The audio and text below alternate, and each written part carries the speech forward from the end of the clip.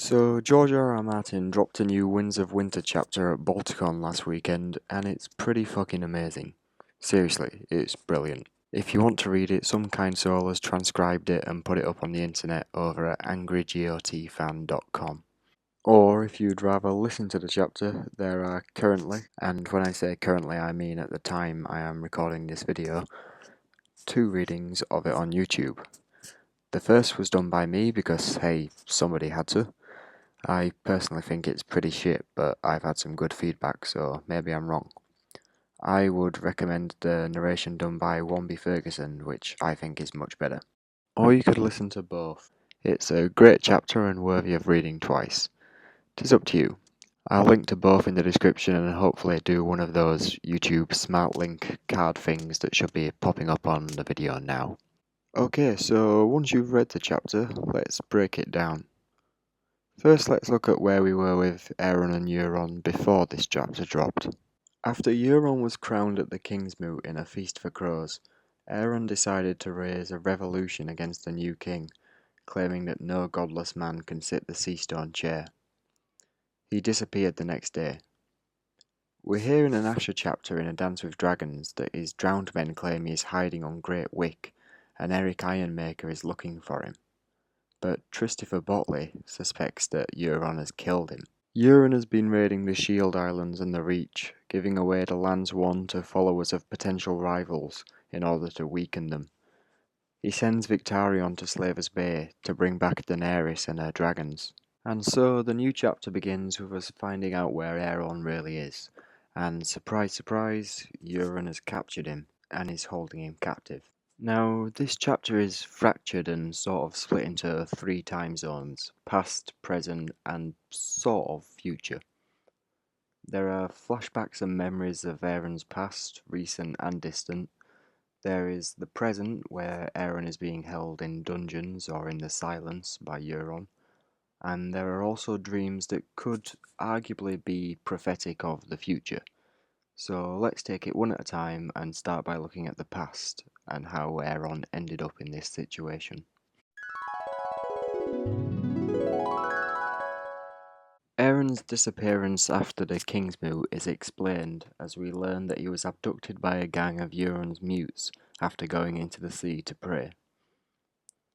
Interestingly, he believes that he hears the drowned god speaking to him at this point, denouncing Euron as king. This voice reminds me of when Davos was stranded at sea and believed he was spoken to by the Seven early in A Storm of Swords. Is someone actually speaking to Davos and Aeron in these instances? Maybe the Seven or the drowned god are real, or maybe it's Bran and Bloodraven communicating messages to people. But more likely, and certainly in this case, I think Aeron is just hearing his own thoughts manifesting themselves as voices. As the drowned god begins to say who the Seastone chair belongs to by rights, he falters and says, to, and then Aeron begins pondering who it might belong to. Aeron's thoughts here are a direct continuation of this voice that he attributes to his god. When Aeron is asking these questions of his god, he's really just trying to work it out for himself, and sometimes in his religious fervour, he attributes his thoughts to the voice of God. So while there could be some significance in Aeron hearing the drowned god speak to him here, I think it is most likely just Aeron himself behind that voice.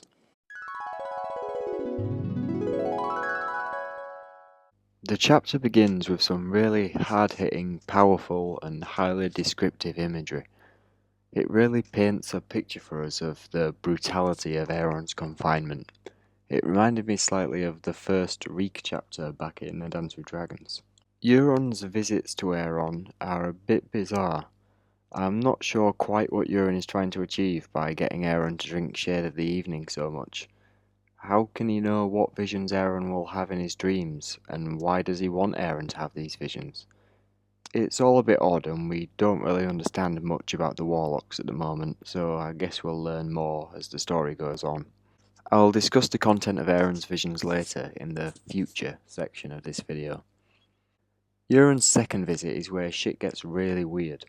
He says that he may need Aeron's holy blood later. talks about how he used to rape Aeron and Uri when they were younger, and confesses to having killed 3 brothers, and then a load of priests from other religions are brought in to join Aeron. Euron's confession of Balon's murder is especially interesting, as he says he didn't throw Balon from the bridge personally, but the hand that did was his. If you watch Preston Jacobs' Alliances of Iron video series on YouTube, and I strongly recommend that you do, it's one of the best A Song of Ice and Fire videos to be found on YouTube, then you'll know of the theory that the Malisters were behind Balon's assassination. Euron's confession here challenges that theory pretty strongly, but doesn't necessarily rule it out. You just have to say that Euron was working with the Malisters to kill Balon, but that seems very unlikely, as on top of the practical issues of how he would communicate with them, it wouldn't make sense given the Malisters' anti-Ironborn motives for them to work with a Greyjoy to replace the Ironborn King with one that was even more hostile. I would say now that the likeliest story behind Balon's death is that Euron hired an assassin, most probably a faceless man, to make the kill for him, as hinted by the Ghost of Highheart. As for needing Aeron's holy blood and the purpose of the other priests, I can only assume that this is for his later use of them by binding them to the prows of his ships as he sails into battle. He seems to be making blood sacrifice to the drowned god in order to appease his men, despite not caring for the religion himself. It's also interesting that one warlock, who has had his legs removed, says "Pre." Whether this means that the legless warlock is Pyat Pre that we know from Daenerys' story in A Clash of Kings, or if he's just trying to speak to Pyat somehow, we can't be sure, but it's a nice link. When Euron visits Aeron for a 3rd time in this chapter, he is described as having lips so blue they are almost black. This would suggest that Euron has been drinking Shade of the Evening with increased frequency. Euron's obsession with Shade of the Evening is really interesting, and it would be good to see what he aims to achieve through it, but for now it remains quite the mystery. When Aeron is brought above deck, we learn where Euron is now, on a small island near the harbour. So it seems he's moved on from the Shield Islands. When Aeron asked him where they were sailing on his first visit, Euron said south for plunder and dragons. Dragons is an odd one. The only place he could surely be planning to get dragons is in Slaver's Bay, and he's already sent Victarion there to get them. It seems likely that Euron is planning to go to Slaver's Bay himself as well as Victarion, but he's plundering the likes of the Shield Islands and the Harbour on his way around to appease his men and to sow discontent amongst the southern lords of Westeros. It would be very interesting to learn what the chronology of some of these chapters are, as if Euron is sailing to Slaver's Bay from the harbour, which is just south of Old Town, he will be taking a very similar route to that of Maester Marwyn, who is also sailing from Old Town to Slaver's Bay. If they are travelling the same route, and if they are travelling at the same time, they could very well cross paths. And of course it would be good to know how far behind Victarion he is as well. And quickly, while we're talking about chapter chronology, it's worth noting that this chapter probably spells the end of the already unlikely Euron equals Dario theory. If you're not sure what that theory is, I'll link to an excellent explanation video by Alt-Shift-X in the description, and on a smart link now in the video. But basically this theory was always quite far out there, but just about possible. This new chapter really stretches the theory to breaking point. But anyway, enough of the wacky theories and back to the topic of Euron and Victarion's journey to Slaver's Bay. Moqorro appears to have a vision of Euron sailing towards Daenerys on a sea of blood, so maybe he's using blood magic to sail faster to try and catch up with Victarion. That could be what the priests and their holy blood are for. But we just seem to be talking about Euron now, and this is an Aeron chapter, so what about Aeron? Well, Aeron ends this chapter tied to the prow of the Silence. His chances of survival don't look good, and it may be that this is the humiliating end of the road for him. There's a piece about this chapter on the Wars and Politics of Ice and Fire website that is really excellent, and I'll link to it now on the video and in the description too. That ends by stating that the takeaway of this chapter is a realization that Aeron has failed and his god has failed him. I suspect that we may not hear from Aeron again, but if somehow we do, then he will be a hugely changed man for this experience. So, as for the present time, this chapter leaves us with Euron sailing to battle against some protectors from Old Town and the Arbor. He has captured priests and tied them to the prows of his ships, likely to appease his men with blood sacrifice to the drowned god, while also doubling it up as blood magic to help him sail faster towards his next destination, which is likely Slaver's Bay. With Victarion, Euron and Maester Marwyn all sailing to Slaver's Bay, things could get really interesting from here. The Winds of Winter is shaping up to be an absolute thriller.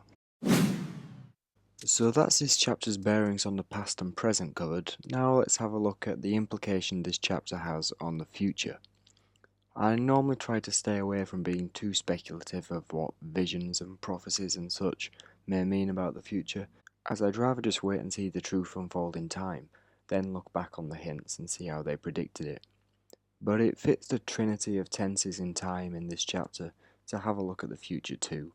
So let's try and decipher Aeron's visions under the influence of the shade of the evening. He sees Euron on the Iron Throne, with dwarves capering around him. These dwarves seem to be similar to the ones that Daenerys saw in the House of the Undying. In that vision, the consensus of the fandom seems to be that the dwarves represent various lords and kings in Westeros tearing apart the land.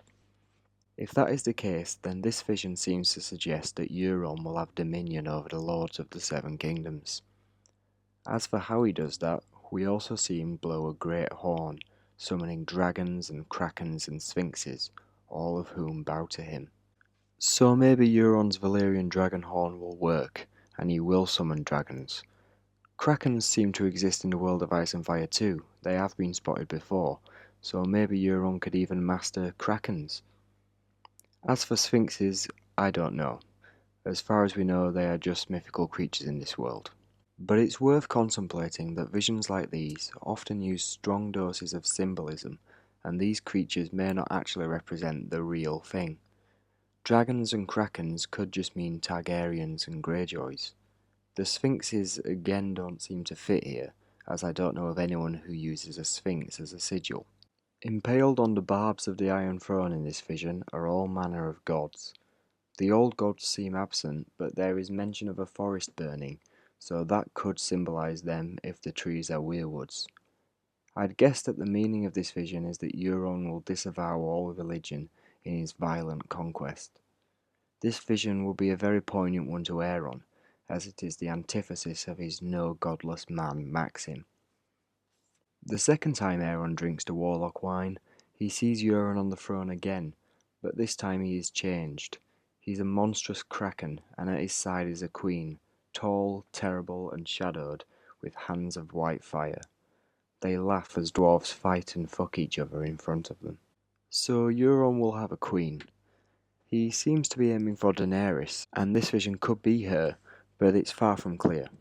To me it even sounds a bit like Melisandre, but we've not really got enough here to read too much into, so for now we'll just have to accept that we don't really know the meaning of this vision. Finally, Aeron dreams of his own death by drowning. This could well be his fate at the end of this chapter. Either way, it seems likely that Aeron's eventual cause of death will be drowning. So that's past, present and future rounded up. But I've saved a pretty big detail from the present for the end of this video. From what I've seen, it's the main talking point of this chapter for a lot of people, and understandably so. In case you missed it, Euron has a set of Valyrian steel armor. That's armor. Valyrian fucking steel. This is some serious shit. Aeron takes this to mean that Euron didn't lie about going to Valyria, and he's probably right. I can't imagine where else Euron would have got himself some Valyrian steel armor other than Valyria itself. It may be that the only purpose of this armour is to show us that A. Euron actually went to Valyria, and B. make us think, oh my god, what the fuck, Euron's got Valyrian steel armour, wow wow wow. In either case, it serves that purpose quite well. But this armour may also come into play in a big way in the future of our story. Imagine how useful Valyrian steel armour would be if fighting another. It would shift the dynamic of that fight dramatically, making the human the strong favourite rather than the other. It may even be the armour that Jon dreamt of when he had a seemingly prophetic dream of fighting others in black armour with a fiery sword. I have seen that the brilliant Tony Teflon has recently done a video about Jon Snow's armour, and I suspect that this is what he's talking about. I regret that I haven't seen that video and daren't watch it, as I am avoiding all spoilers from Season 6 of Game of Thrones until The Winds of Winter is released, and I know that the Don is one of the video makers on YouTube that likes to do stuff about Game of Thrones as well as the books, so unfortunately I've had to stop watching recent stuff from him and many of the other great YouTube channels. But if you don't mind spoilers, then I'd recommend checking that video out, as if it's anything like the rest of Tony Teflon's stuff, it'll be really good. And like I say, it probably links to Euron's Valyrian steel armour. So that's the chapter broke down. Feel free to join the discussion in the comments if you've got any further points to make. As always, all questions, suggestions and feedback are very much welcome. Most people I've seen commenting on this chapter have really enjoyed it, and I agree with them. It's a really powerful chapter with some great setting and visuals that really shows that George R.R. Martin is a skilled and experienced horror writer, as well as brilliant plot progression and character development. I've enjoyed focusing my videos on this chapter for the past week, and will likely do the same again when future sample chapters of The Winds of Winter are released. Although if the book is released as soon as we're all hoping, then there might not be too many more samples before we get the full thing.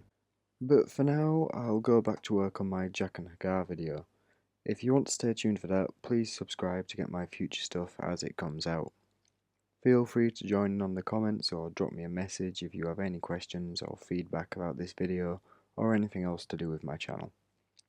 In the meantime, I will leave links in the comments as always to other content online related to the topic of this video, as well as my other videos and some generally great A Song of Ice and Fire YouTube channels.